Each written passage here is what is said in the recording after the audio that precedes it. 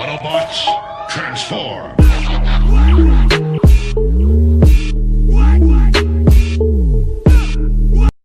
Hello everybody, welcome back to George Reviews. I am the 80s Transformer fan and I'm going forward with my Constructicons reviews, counting them down one by one. And today it is Mixmaster from Combiner Wars. He is the Decepticon chemist.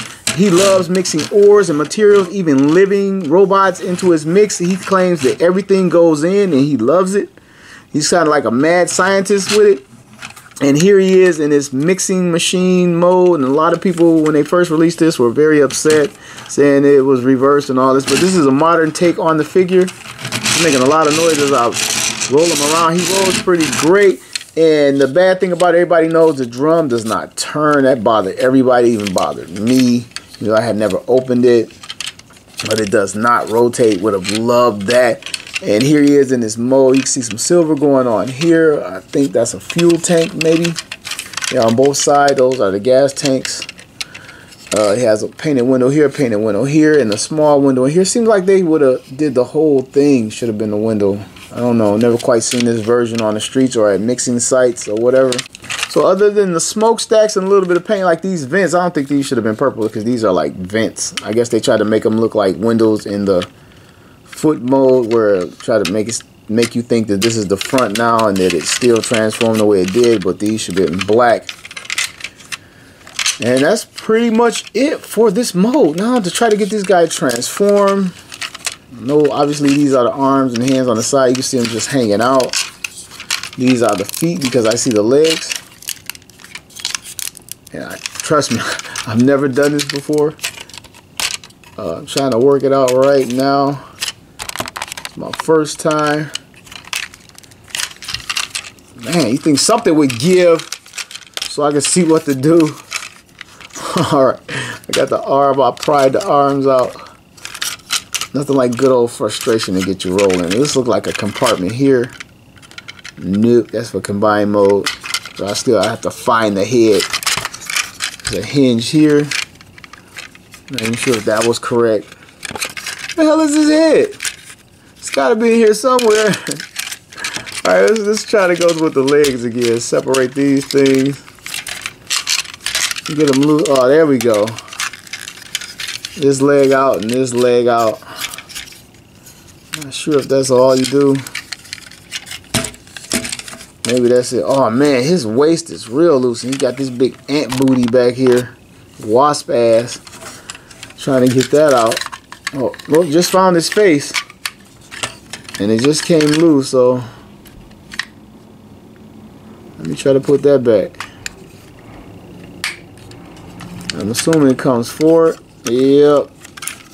Alright, let me see if I gotta get this out of here. Get this back. Alright, it comes forward and it creates that hooded look from the G1. And this wasp booty is just dropping to the ground back here. Oh, that's kind of awful. It really is. That's kind of awful. It could have like came, like hinged back and turned. Yeah, that's kind of crap. This guy, he's not sitting in the chair at all. I'll tell you that.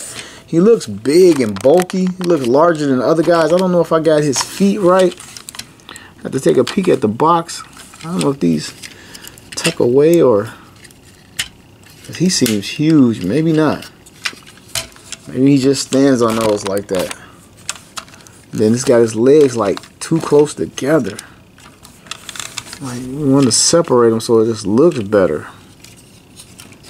Let me peek at the box and see if I got. And there he is falling on his ant booty. So yeah, I looked at the box and I even, you know, I hate instructions. I looked at the instructions and this is correct. So man, he looks great from the waist up, but that's it. And you can see I lean him forward. As soon as I mess with it, he's falling back on that ant butt. Oh, now that I'm trying to turn to the side, it's not going to do it. But yeah, if you get him straight up and move it, there he is. So this hinge could be a little bit tighter in here. And the legs are so bulky that they're like, almost like they're stuck together like the G1. That was this flaw in the G1, the stuck together legs, and you think they would have tried to make sure they corrected that. So I guess you can turn them a little bit and create that slit. Anyway, let's take a look at the guy. Let me stop griping. Oh, he looks just like the cartoon. Just like all the rest of these guys, I love it. We could have got a little bit better red in his eyes in there. If you can see it. Could have been a little bit better. And his head, he can look left and right, and he has some rock in there too, even though it's like stuck in this little thing. It looks like the Decepticon logo actually, with the little trim up here. He can look right, he can look left, and I guess it's a 360 in there. And he has the back of a head, and they didn't have to do that because you can't even see it. I'm surprised they just didn't hollow it out. It has a blank expression, sort of, kinda. Let me see if you can look down. Nope, but it moves around a little bit in there. You can get him to look up just a little bit, and that's pretty much it. He has a swivel at his shoulder, and his arm is on a hinge. He can come in and out about that much, and that's all you're gonna get out of there because you got all this stuff over here. And coming down, man, to his forearm, he goes straight, no elbow, straight to it like his forearm, and that's all you get. You get this big bulky two-wheel arm in there. I think they could have engineered that a little bit better. And all this is hollowed out, coming down to his waist where all the paint app is. He has a little bit here, and I'm pretty sure no waist swivel on these guys. And to the legs, he can do the splits, but it won't matter because he's sitting on this big old thing back here, and probably posing him. I guess he can use it as a tripod, but anyway, you can get his leg out to the side, to the front, and he's not gonna hold that because it's so heavy and it's loose anyway. Get it to the back that far. He's holding that a little bit. No thigh cut. He has the knee bend, and that's it. And I guess a little bit of rocker for a wider stance, which I think he needs. So you can get a wider stance out of this guy. And on the box, I didn't see him wielding any weapon, but you can give him a piece of Devastator's gun, which is what I'm going to do. And he has this, and all the hand ports are the exact same on these deluxe class guys. You can give him anybody's weapon that you want.